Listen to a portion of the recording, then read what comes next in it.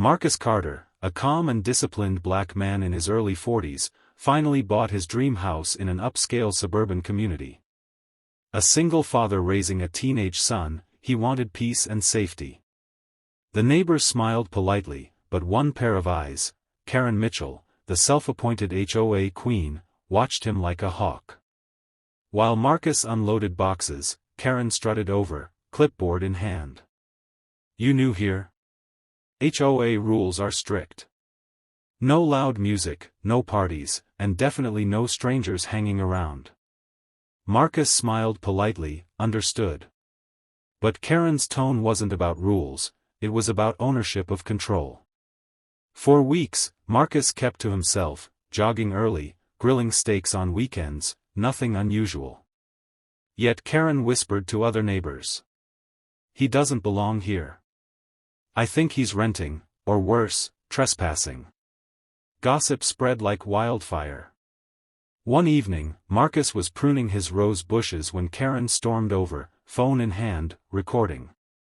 "You don't own this house, do you?" "I'm calling security." Marcus replied calmly, "Actually, I do." "Want to see the deed?" But Karen ignored him, dialing 911, reporting a suspicious black man on private property. 2 local officers pulled up, lights flashing. Karen pointed, "There he is. Trespassing."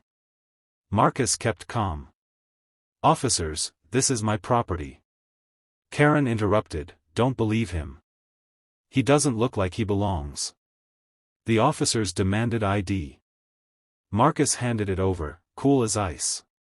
One officer glanced at the ID, and froze. His eyes widened. "Sir. Special Agent Marcus Carter? FBI." Karen's jaw dropped. "FBI. He's lying." Marcus gave her a thin smile. "Would you like to confirm, officer?" They did. And Karen suddenly wished the ground would swallow her whole. Marcus explained, "I've been working undercover for years, keeping this country safe. I moved here for peace, not drama." Karen stammered excuses, I just wanted to protect the neighborhood." Marcus replied, "From me? The man protecting your freedom?" The story went viral. The HOA board called an emergency meeting.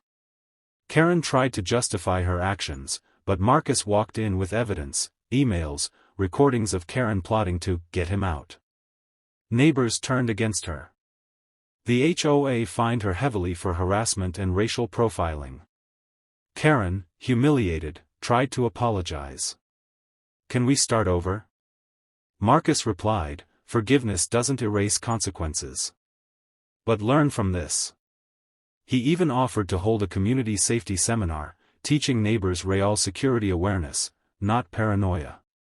The seminar changed everything. People realized how wrong they were to judge based on color or status. Karen sat quietly, listening, truly reflecting for the first time. Marcus ended with, "Safety starts with respect. Communities fail without it." Months later, the neighborhood thrived. Marcus became a mentor for local teens, teaching resilience and honor. Karen?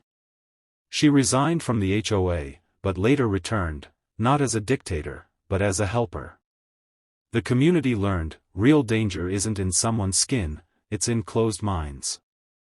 Final moral: prejudice destroys communities. Respect rebuilds them. Please like and subscribe to my Chanel Z Boss. Thanks for watching.